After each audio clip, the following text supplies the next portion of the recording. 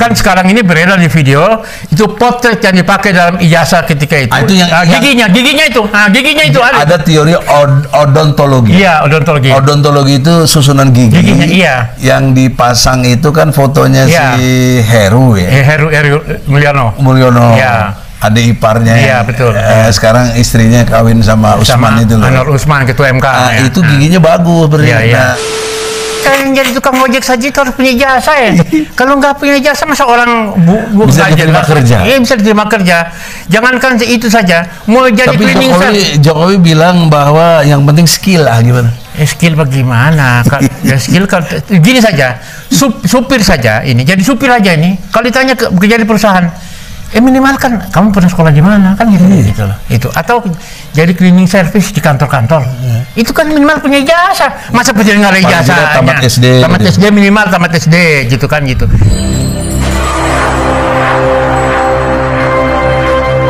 Mana pandangan Muslim mengenai MPR, DPR yang juga harus bersuara karena dia punya hak bertanya, punya hak interpelasi, punya hak menyatakan pendapat.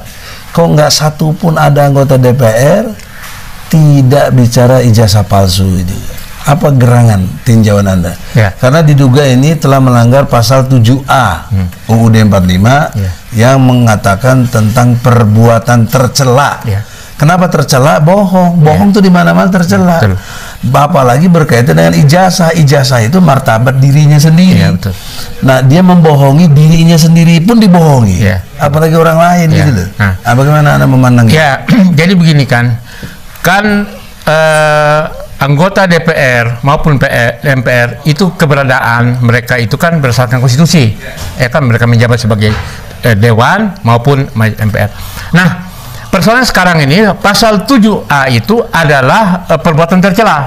Nah, kalau perbuatan tercela itu berarti presiden melanggar sumpah, ya kan? Nah, oleh sebab itu, ketika Anda diam, berarti ada berkonspirasi dalam perbuatan ini. Jadi MPR konspirasi, DPR konspirasi. Ketika Anda tidak diam, kalau Anda bertanggung jawab dalam persoalan ini, DPR terutama sekali itu harus membentuk pansus, ya kan? Atau hak interpelasi, hak bertanya kepada presiden, dipanggil tuh, presiden datang ke Senayan, kami bertanya, ini publik ribut nih, Anda punya ijazah nggak benar tuh, ijazah palsu, bagaimana penjelasan Anda? Nah, kalau tidak Anda lakukan, ini kan konspirasi namanya, kejahatan, jadi kejahatan konstitusional. Dan ini DPR disfungsional, yang harusnya menguasai jalannya pemerintahan. Betul. Jadi DPR disfungsional dalam hal ini, dalam kasus ijazah palsu ini DPR disfungsional, MPR juga tidak berfungsi. Mereka ini kalian ini melakukan korupsi konstitusi. Mereka yang melantik kok. Iya, ya itulah masalahnya. Masa kan melantik presiden yang ijazahnya palsu. Nah, berarti jadi kalau dengan demikian, lalu kemudian rakyat menyatakan mosi tidak percaya, lalu kemudian rakyat turun ramai-ramai ke Senayan untuk menyatakan mosi tidak percaya, menerapkan people power, jangan itu makar, itulah masalahnya kan. Bisa juga, ya kan? Salah satu itu wujud kedaulatan rakyat. Salah satu pemicu daripada people power itu adalah ijazah palsu ini. Dan rakyat ketika bertanya Anda tidak menjawab, berarti rakyat menggunakan haknya secara konstitusional untuk menggunakan kedaulatannya, ya kan, itu adalah konstitusional. Nah, yang lebih serius secara ilmu hukum, Jokowi yang menjadi problemnya tentang ijazah palsunya, tapi dia diam saja, dia tidak memberi keterangan apa-apa, maka secara ilmu hukum dia mengakui. Ya, betul. Ya. Itu logika hukum di situ. Betul Bang Egy. Jadi dengan diamnya saudara Jokowi sebagai presiden berarti menyatakan bahwa ini benar. Kalau memang ini tidak benar, kan dia harus bantah. Dan dia bawa buktinya itu. Dia bisa mengatakan, dia bisa panggil TV, konferensi pers, sudah rakyat Indonesia, ini ijazah saya. Kan itu masalahnya. Enggak ada. Dan harus tetap diserahkan ke pengadilan. Diserahkan ke pengadilan sebagai pembuktian. Karena dihormati pengadilan itu, kan itu masalahnya. Nanti dicek lab krim. Iya, lab krim. Kertasnya karena kertas tahun tahun 60-an gitu. Iya, sekitar tahun 70-an itu kan beda sama sekarang. Ya, bahkan sekarang ini beredar di video itu potret yang dipakai dalam ijazah ketika itu. Itu yang giginya itu ada teori odontologi. Iya, odontologi. Odontologi itu susunan gigi. Giginya, iya. Yang dipasang itu kan fotonya si Heru ya. Heru Mulyono. Iya. Adik iparnya, iya, betul. Sekarang istrinya kawin sama Usman itu loh. Anwar Usman, ketua MK. Itu giginya bagus, iya. Nah, sebelahnya lagi pas Jokowi ada tonggol sedikit. Iya, itu ya gigi Jokowi sekarang ini. Gigi itu nggak bisa bohong. Nggak bisa bohong itu. Iya. Ada ilmunya. Jadi dengan begitu jangan Anda menipu manusia, lah menipu Tuhan. Ada lagi detail tentang skripsi. Nah, itu dia. Ketikannya beda. Betul, udah lihat kan? Betul, saya udah lihat itu. Ada di medsos. Begitu kapal depannya itu baru yang komputer sekarang.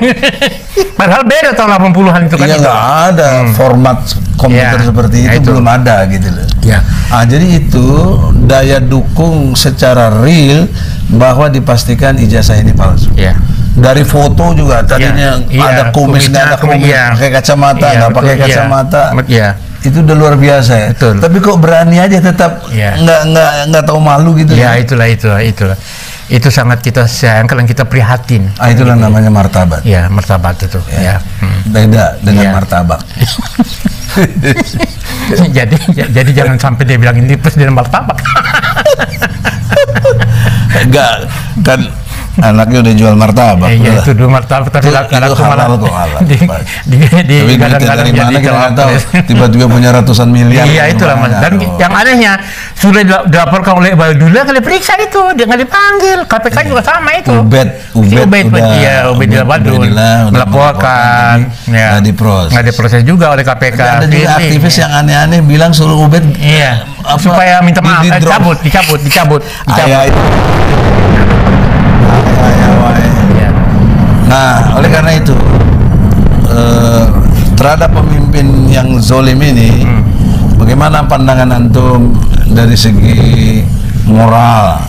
Karena moral dan hukum itu satu kesatuan dari dua mata uang yang berbeda. Satu sisi wajah hukum, sisi lain wajah moral. Nah, moral yang mendasari hukum dapat dipastikan kalau cacat moral, hukumnya pasti cacat. Ya, betul. Udah pasti. Ya. Apa yang dimaksud moral? 3 hal saja yang besar: jujur, benar, adil. Nah, ini tingkat pertama aja nggak jujur sudah. Betul. Menyimpang dari nilai-nilai moral, memalsukan ijazah dan lain sebagainya. Ini tidak bermoral. Maka berakibat pada peristiwa hukum. Betul. Jadi hukum itu menjadi cacat hukum, bahkan bukan lagi cacat kalau menurut saya, nggak benar, melawan hukum, udah melawan hukum. PMH, perbuatan melawan hukum. Dan perbuatan melawan hukum itu menimbulkan kerugian. Betul. Apa kerugian yang diderita? Bambang Tri di penjara, Gus Nur di penjara, dan kita juga dipersusah dalam banyak hal, juga banyak hal-hal yang berkait dengan keterangan palsu sudah terbukti. Jadi perbuatan melawan hukum yang menimbulkan kerugian pada orang lain berdasarkan pasal 1365 Undang-Undang Hukum Perdata, perbuatan yang melawan hukum dan menimbulkan kerugian bagi orang lain diwajibkan ganti rugi. Nah, itu dia. Nah, ganti rugi di sini yang punya hak adalah Bambang Tri. Dirugikannya. Saya nggak tahu Bambang Tri mau gugat berapa nanti ganti rugi yang dirasakan. Nah, sekarang antum sebagai penggugat mandiri yang berbeda dengan Bambang Tri, tapi sama-sama menggugat. Kerugian apa buat masyarakat yang Anda derita? Sehingga Anda minta ganti ruginya apa? Apa ente minta duit juga? Atau apa? Nah, apa kira-kira? Jadi begini ya, secara moral dari Pengadilan Negeri Surakarta sampai kepada Pengadilan Tinggi di Semarang, itu kan sudah terbukti bahwa secara moral ini adalah cacat moral karena tidak jujur, Nah, oleh ketidakjujuran itu kemudian berakibat hukum. Jadi itu melawan hukum, perbuatan melawan hukum. Oleh sebab itu, ini kan seorang presiden rakyat Indonesia ini kan secara moral kan rugi, Itu saya kira ganti ruginya itu nggak ternilai itu. Mau kita nuntut berapa gitu masalahnya kan? Ini moral. Nah, kalau saya sebagai advokat, untuk antum jangan bicara duit. Nah, moral. Tapi bicara moral itu sendiri. Iya, betul. Apa yang ini antum harus dapatkan? Kebenaran. Iya, betul. Dan keadilan. Keadilan, betul. Karena udah terbukti tidak jujur. Iya, betul. Tinggal dua yang kita mau uji di pengadilan, kebenaran dan keadilan. Keadilan, betul. Nah, untuk dua hal ini, kalau saya boleh saran, yang paling logis karena dia udah merugikan seluruh rakyat Indonesia, dia dengan sadar bertobat, ya, betul. Jokowi, untuk menyatakan kekeliruannya, pelanggaran melawan hukumnya, dan kemudian mengundurkan diri. Betul. Nah, itu yang betul, terbaik. Ya, betul. Makanya sebagai ganti rugi. Ya, jadi sebagai bantu rugi itu saya minta tidak berupa duit. Ya, secara sadar kita tidak minta uang karena kita tidak merugikan material kan, secara material, tapi secara moral, ya kan? Moral. Kalau Bambang Tri, karena dia merugikan secara material kan, di penjara dan sebagainya kan, sekian tahun menderita dia kan. 3 tahun, kemudian sekarang 4 tahun. 4 tahun ya kan, sudah 7 tahun itu kan. 7 tahun. Jadi kalau dia menuntut ganti rugi secara material itu wajar kan? Gitu. Nah, tapi secara moral ya kan, sebagai anak bangsa melihat seperti ini kan merasa dibohongi kan, tidak jujur, tidak benar, tidak adil ya kan. Jadi pertama bertobat, yang kedua minta maaf, dan ketiga dengan sadar mengundurkan diri, gitu loh. Iya, dalam waktu yang secepat-cepatnya. Sebelum gugatan ini diajukan. Kalau dia udah diajukan, malunya setengah mati. Ya, itu. Jadi Saudara Joko Widodo ya kan, dengan segala hormat ya kan, karena Anda tidak bisa membuktikan, karena ini kan masalah pribadi bukan presiden, gitu loh, tidak bisa membuktikan, tapi berkait dengan jabatan presiden itu masalahnya. Karena dia pakai ini untuk capres. Anda mendaftar di KPU kan gitu dia kan gitu. Saya juga tidak tahu mendaftar ketika di Pilgub DKI misalnya kan sebelumnya 2012, dan pernah di Wali Kota Solo dia pakai jasa apa, kita nggak tahu kan masalahnya kan. Tapi yang saya sorot itu karena apa? Karena sekarang kita tuntut KPU, antum yang tuntut. Dalam arti gugatnya KPU, tolong tunjukkan ijazah Jokowi ketika dia melamar atau mencalonkan diri sebagai presiden. Betul. Mana ijazahnya? Antum mesti punya file. Mereka KPU harus punya filenya dong. Nah itu, kalau KPU tidak bisa membuktikan dia terlibat melakukan satu tindak pidana dengan pasal 55 KUHP. Ya, betul. Ya. Jadi seperti yang saya sampaikan tadi, jadi KPU juga punya kewajiban ya kan, menunjukkan itu file-file ketika Jokowi mendaftar sebagai capres pada 2014 dan 2019. Juga Mendiknas. Ya, betul.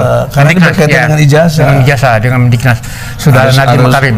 Harus dia bisa jelasin. Ya, betul itu. Nah, jadi itu supir ojek yang dia pimpin aja mesti ada surat sebagai ojek. Iya, mereka yang jadi tukang ojek saja itu harus punya jasa ya. Kalau nggak punya jasa, masa orang bisa diterima kerja? Iya, bisa diterima kerja. Jangankan itu saja, mau jadi cleaning service. Jokowi bilang bahwa yang penting skill gimana? Skill bagaimana? Skill gini saja, supir saja ini, jadi supir aja ini. Kalau ditanya kerja di perusahaan, minimal kan kamu pernah sekolah di mana kan gitu loh. Itu atau jadi cleaning service di kantor-kantor. Itu kan minimal punya ijazah. Masa presiden nggak ada ijazah? Tamat SD minimal tamat SD gitu kan gitu. Jadi TKW atau TKI luar negeri saja ditanya ya kan, dulu pernah kerja di mana, kuliah di mana, sekolah di mana kan, itu masalahnya kan. Jadi ini sesuatu yang sangat nista, sangat hina jika presiden problemnya sekarang presiden kita ini banyak ngeles. Ada aja jawabannya.